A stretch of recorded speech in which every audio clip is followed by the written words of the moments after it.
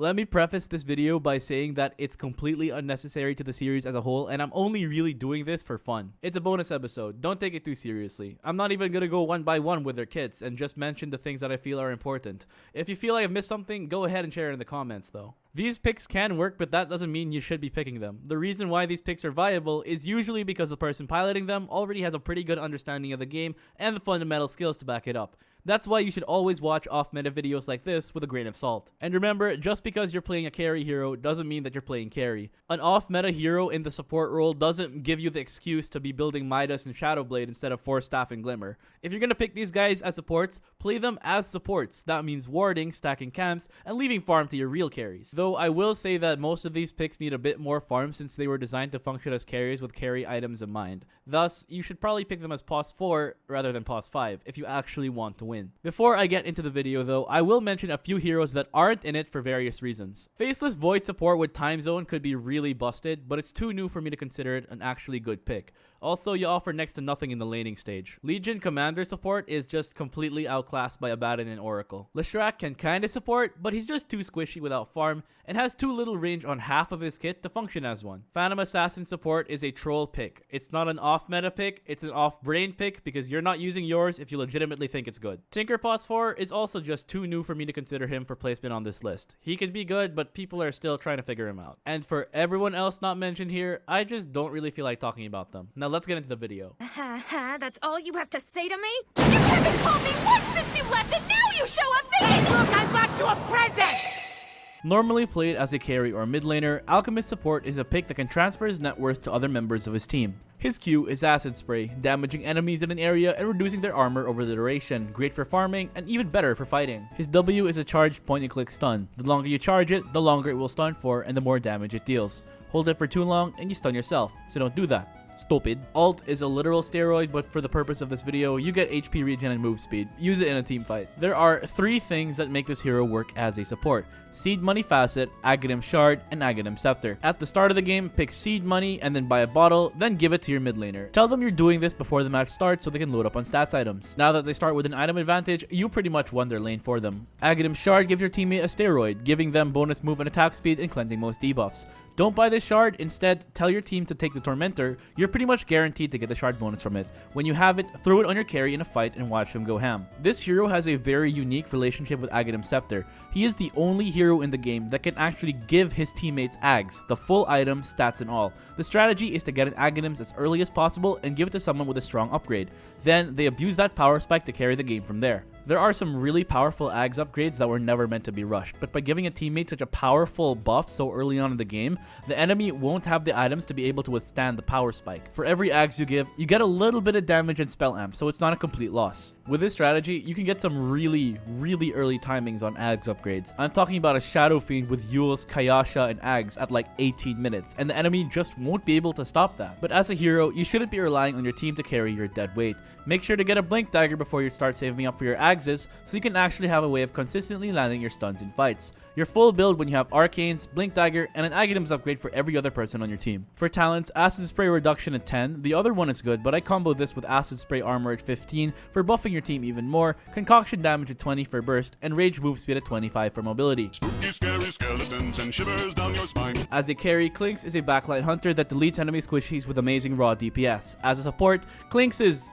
pretty much the same thing. Let's get into his ultimate first. Skeleton Walk gives Clinkz a boatload of move speed and visibility. When the invis expires, either through breaking it with an action or simply timing out, Clinkz summons skeleton archers around him. These skeleton archers are separate entities from Clinkz and can attack enemy units, and their attacking stats are based on Clinkz's. His first spell, Tar Bomb, is a point and click debuff that slows opponents, and any attack from Clinkz or his bony friends becomes a searing arrow that deals bonus damage. Grab yourself a phylactery for cheap damage and a strong initial slow. And don't forget the spell can also be used on towers, so you're a pretty decent pusher as well. Strafe gives you and your Skelebros an attack speed and range boost, while Death Pact gives you extra HP and spawns another Skelebro to add to your army. The beauty of support Clinkz is just how little gold he really needs to be effective, because his skeletons act as free damaging stats. You can get away with nothing but a phylactery and then an orchid and then just melt supports the whole game. In the late game, you're gonna want things like Hex, Bloodthorn, Desolator, Crit, so you're pretty much just playing Clinkz as a carry without taking farm. As an invis hero, you get to provide scouting and info gathering for your team. The extra health from death pack will help you stay alive in case you ever get caught out,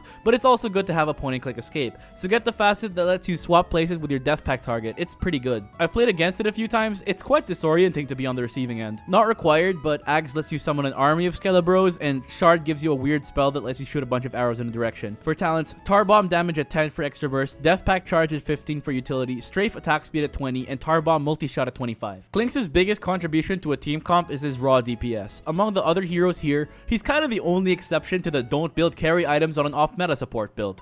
The only difference between you and a carry Clinkz is that you don't farm creeps, you farm heroes. Don't try to do anything else, because if you wanted to play a sneaky archer so badly, you should just do another Skyrim playthrough. Enigma.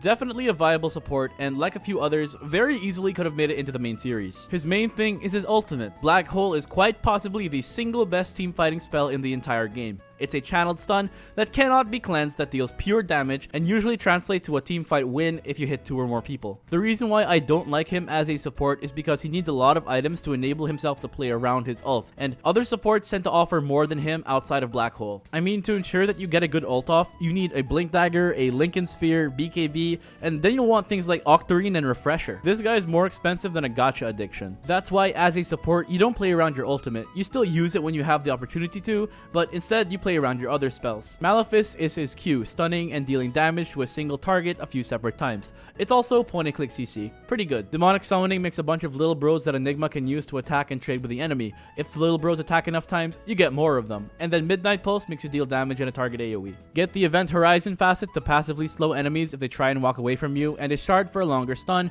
and more little bros. His Innate gives damage reduction to his nearby teammates, so stay close to your friends. You have a really strong laning phase and are surprisingly powerful early on, so use your little bros to trade and just don't flat out feed them because they do give gold when killed. For talents, Eidolon attack speed at 10, Malefice damage at 15, Eidolon damage at 20, and more Eidolons at 25. As a support, you play around your point-and-click CC and your little bro army. Get things like Mechanism into Greaves, Vladimir's, and play around your summons. But if the game is good for it, you can buy a Blink Dagger and use Black Hole when you can. Ideally, you're not the team's only initiator because you're still really squishy and won't have the gold for survivability items. Ban Rubik and Silencer every game, and Enigma Balls. I sexually identify as an attack helicopter. As a carry, Gyro plays around his ability to farm blazingly fast and delete entire teams during fights. As a support, you're a single target focused burst damage dealer who can contribute a surprising amount of help in a team fight. Rocket Barrage makes you shoot a bunch of mini rockets to nearby targets. Try to isolate your main target though, so all the rockets just hit that one guy for big damage. Homing Missile deals damage and stuns a target after a brief delay and a travel period. Get a Shard to make this rocket also shoot a barrage as it flies. You mainly play around those two spells, and Call Down is his ultimate. He shoots a bunch of big rockets at an area, dealing damage and slowing targets hit.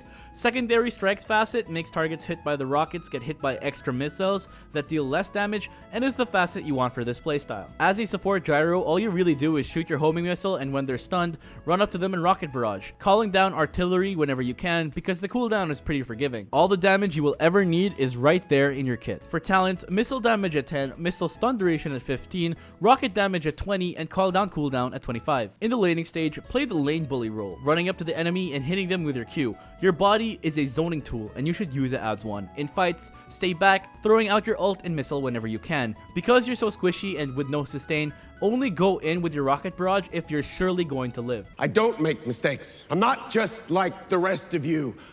I'm stronger. I'm smarter. I'm better. I am better.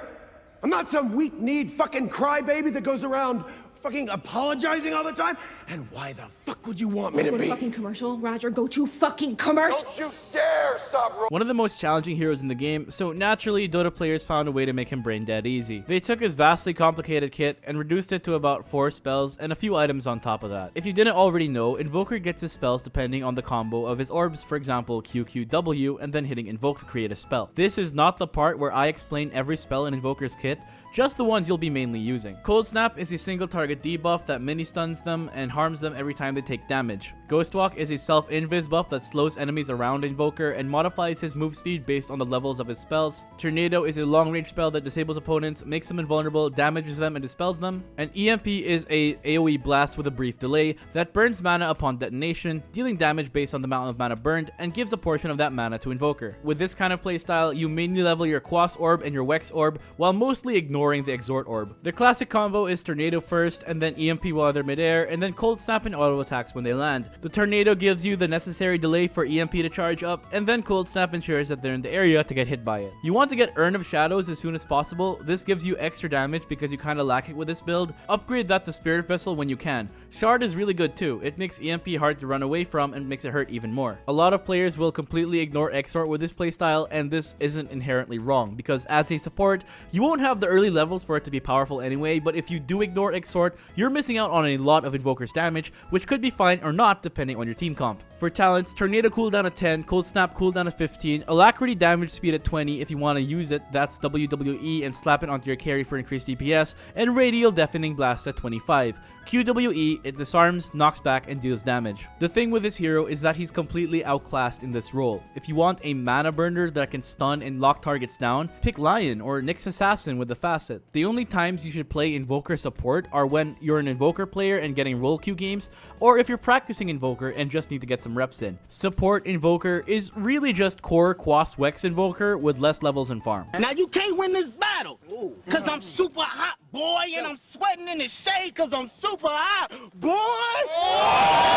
Lina could have very easily made it into the regular list, but she's been played primarily as a carry or mid laner for the past few years that Lina support has kind of fallen off, and looks to remain that way for the near future. The hero gets really strong with an early lead in items, but playing her as a support means it's harder to get those things, not to mention you end up ignoring a core part of her kit. Still, what made Lina a strong support back in the day, powerful nukes and laning presence, remain a core part of her identity. This is definitely one of the tamer picks on this list. Her innate is Fiery Soul, giving her extra move speed and attack speed for hitting enemies with her spells. You can level this normally, but kind of ignore this ability until you get Shard, which gives her spells bonus damage per stack. Her combo is Light Strike Array, aka LSA, which is a ranged AoE stun, much like Leona's from League if you've played it, into Dragon Slave, a standard nuke damaging enemies in a line in front of her. Her ult, Laguna Blade, is an outplay button that deals a ton of damage to a single target. Scepter grants you Flame Cloak, which is really nice. Gives your spells extra kick, some extra magic resist, and flying move speed.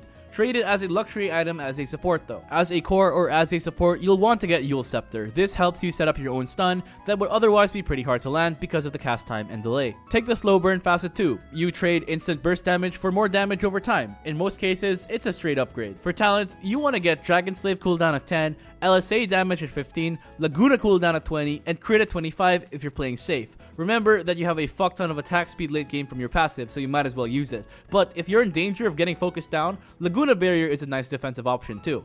Very straightforward kit, great for new players, she's just so much better as a core. Welcome to the League of Legends Champion Spotlight, featuring Wukong, the Monkey King. Another one of the more tame picks on this list, Monkey King is actually a fairly decent support.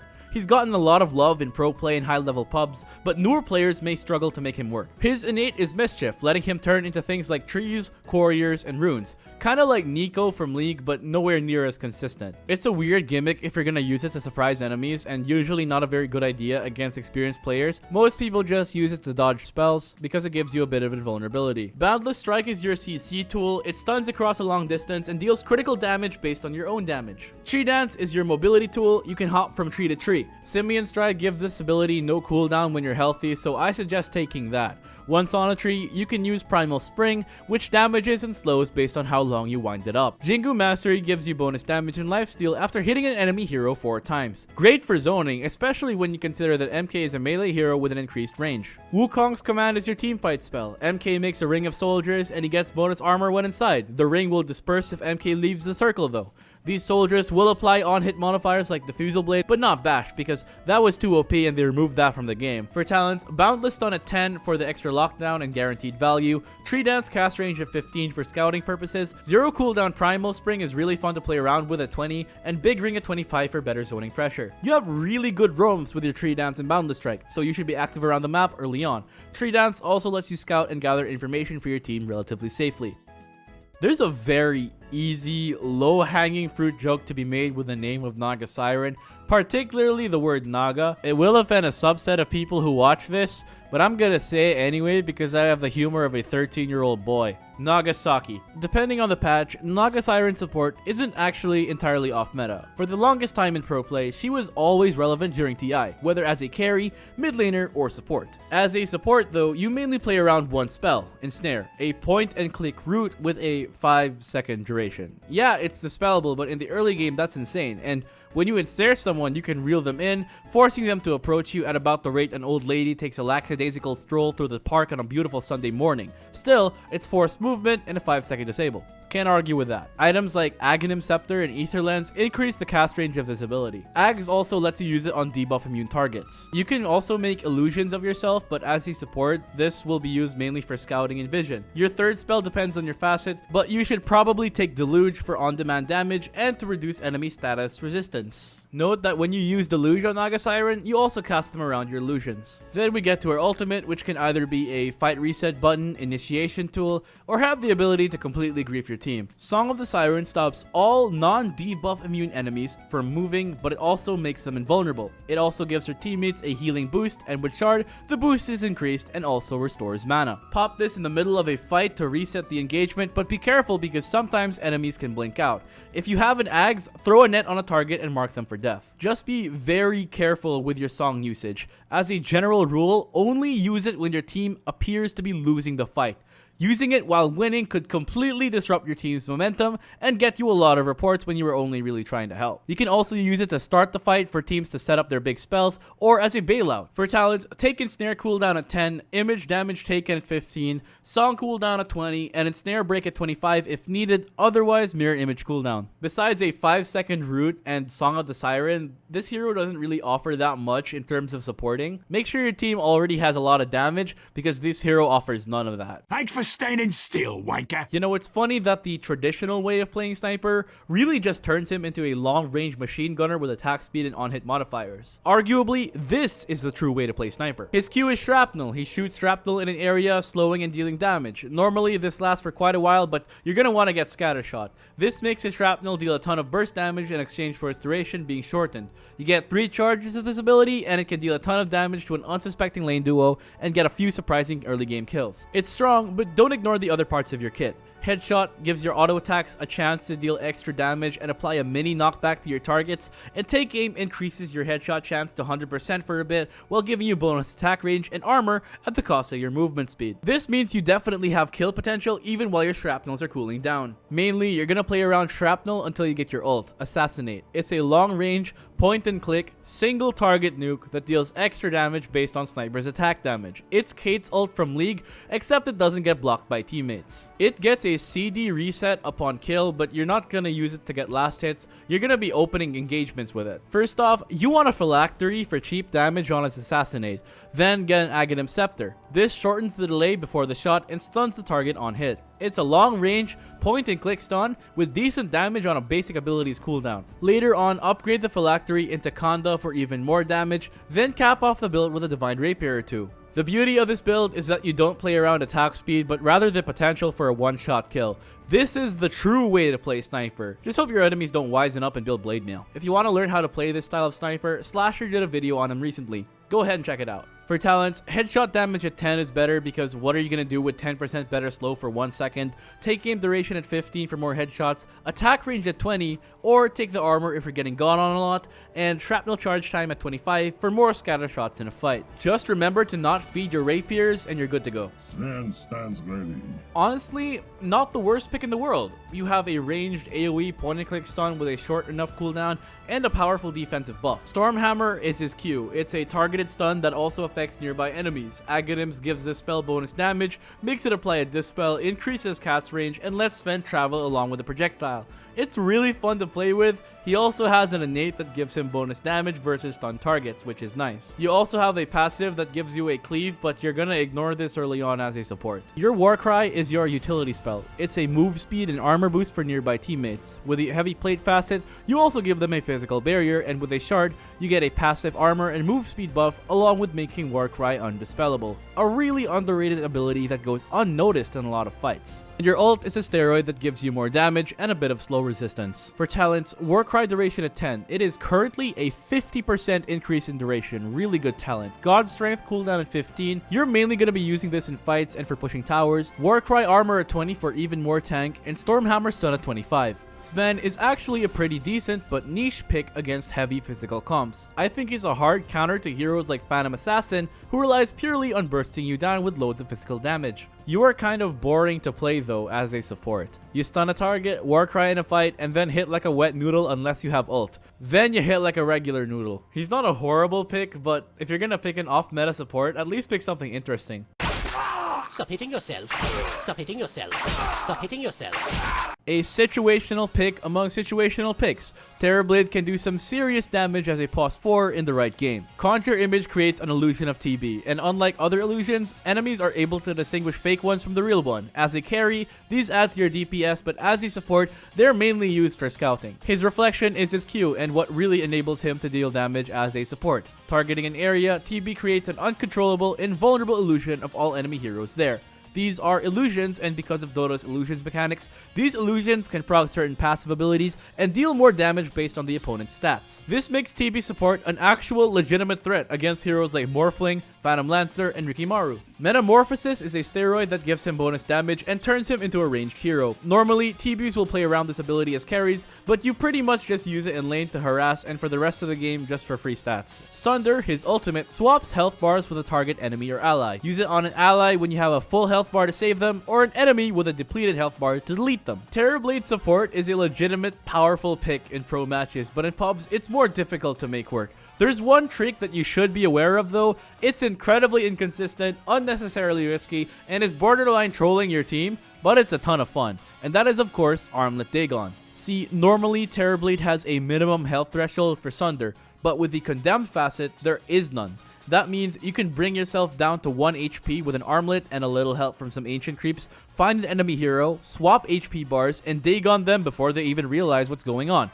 It's a meme for fun build, so don't take it too seriously. Don't do this in ranked, but it's enjoyable to dick around with in norms and turbo games. Talent-wise, Reflect cooldown at 10, Reflect slow and damage at 15, Conjure Image duration at 20, and Sunder cooldown at 25. Jet, revive me. Use your ulti, Jet. A really annoying bug, and I hope they patch him out. Of course, I'm kidding, but this guy, when played well, can completely break the game. Weaver has a lot of single target damage, and that's mainly because of his Geminate attack, his innate and third ability.